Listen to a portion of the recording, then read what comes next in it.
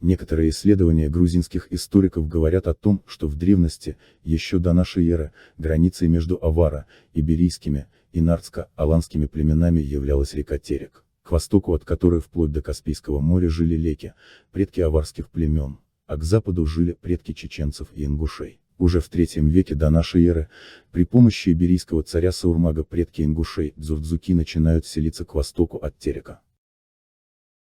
Границей расселения двух родственных групп населения, аваро, иберийской и нардско-вайнахской в Средневековье, как показывают археологические материалы и этнографические изыскания, стала река Аргун. Как показывают исследования археологов, облик культуры населения Горной Чечни к востоку от Аргуна определялся большим сходством с культурой Дагестана. Здесь прослеживаются примеры поразительного сходства, а порой и тождества с раннесредневековыми памятниками, прежде всего Аварии, царства Сарир.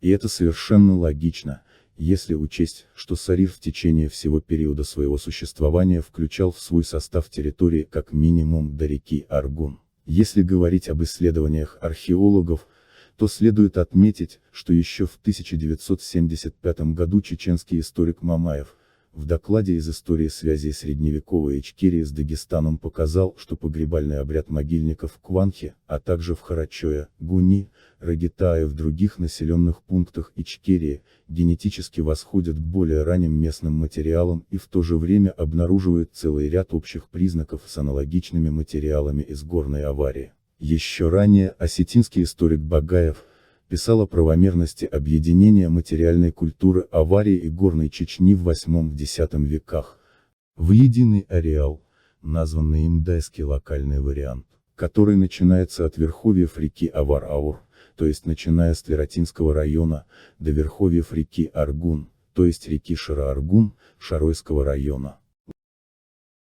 Как показывает сравнительный анализ, раннесредневековые некрополи Горной Чечни и Дагестана, главным образом Аварии, поражают почти полным совпадением как в конструкциях погребальных сооружений, так и в археологических вещах, найденных в них. Подобная идентичность дает возможность предложить общую интерпретацию погребальных памятников обоих смежных горных районов.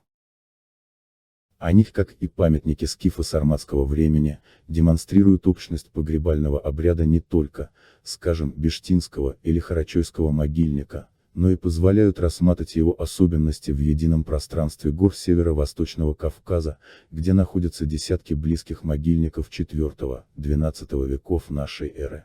Эти погребальные памятники представлены каменными ящиками, грунтовыми могилами, подземными склепами и катакомбами. Сходство с материалами из Аварии имеют также и могильники в предгорной части, Нажай-Юртовского района, к примеру, Галай-Тинский могильник. Самое близкое сходство погребальный обряд Галай-Тинского могильника имеет с синхронными памятниками на территории Дагестана. Такое же сходство с аварскими могильниками в центральной Аварии показывает и Бете-Мохкский могильник. Все это показывает, что территория Восточной Чечни, начиная от реки Аргун и вплоть до современной территории расселения аварцев, в прошлом входила в состав государства Сарир. Более того, аварский археолог Амар Давудов на основании сходства археологических материалов Ичкерии и Аварии, а также данных топонимии, преданий, считает, что в древности, то есть в первые века нашей эры, территория расселения аварских племен Андаки и Тиди, видимо древние аварские племена Андал и Тиндалал, была значительно более обширной и включала в себя долину реки Аргун и современную Восточную Чечню, Нажай-Юртовский и Веденский районы. Известный чеченский историк Магомадов заключает, что, судя по преданиям и исследованию топонимии, чемалальский диалект аварского языка в прошлом достигал реки Чанты-Аргун.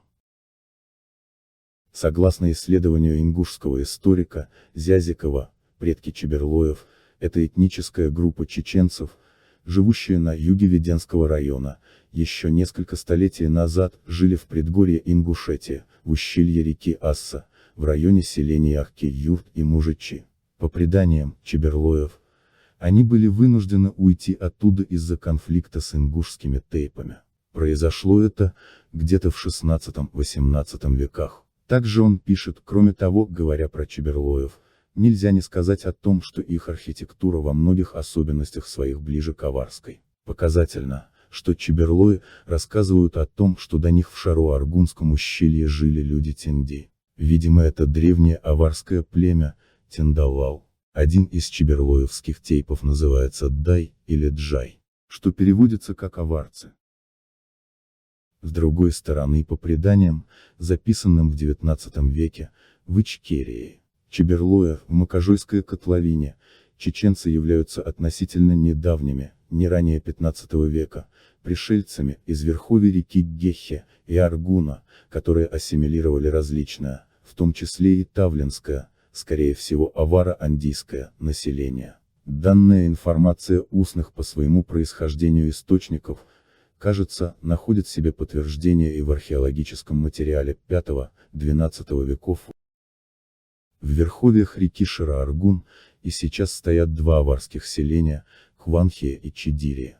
Причем около села Кванхия имеется языческий могильник V-XIII веков, материал которого имеет многочисленные аналогии именно в аварии. Любопытно, что чеченское по языку население верхней части бассейна Шаро-Аргуна, Киринцы по-аварски, Харусель, Шароицей по-аварски, Киялал, Регахайцы по-аварски, Ришниял, обозначалось в официальных русских документах XIX век как аварское население. По сообщениям старожилов из Цумадинского района и Шаройского района, перед войной 1940-х годов в Киялальце, аварцы числились по документам чеченцами, в реальной жизни были двуязычными, употребляли аварский чемалальский диалект, аварского языка и чеченские языки, но последний, в связи с языковой политикой, был преобладающим.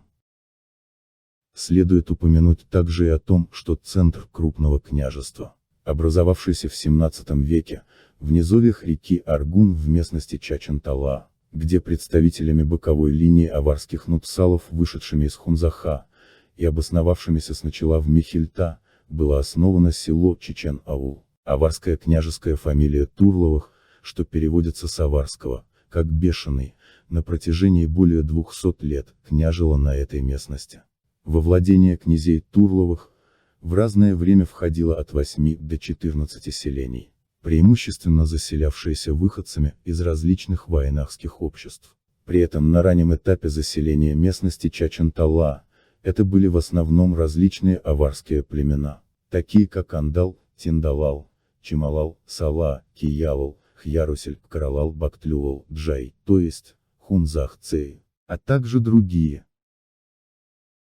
Помимо археологических данных о былом расселении аварцев, в Восточной Чечне говорят и архитектурные памятники, сохранившиеся к востоку от Аргуна. Одним из наиболее ярких примеров подобного рода является боевая башня Щула. Щула, на аварском языке означает укрепление, расположенное на вершине горы Циуник. Цзиуних, в переводе с аварского «у орлов», на чемалальском и андийском диалекте аварского языках, переводится как «на обрывистом утесе» или «над каньоном небольшой речки». Башня Щула интересна конструкцией своих выносных бойниц. За стенами ее выносных бойниц полностью скрыты боевые проемы, и к тому же они очень малы. Это сильно отличает бойницы башни Щулы от обычных вайнахских бойниц, встречающихся в основном в горной Ингушетии.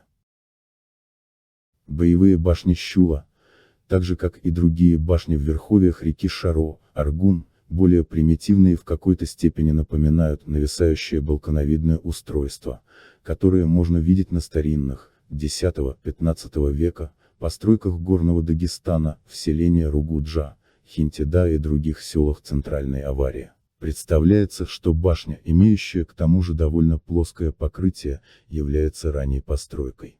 Советский археолог Марковин, изучая башенную архитектуру Чиберлоя, приходит к мнению о большей схожести ее с аварскими аналогами, нежели вайнахскими постройками.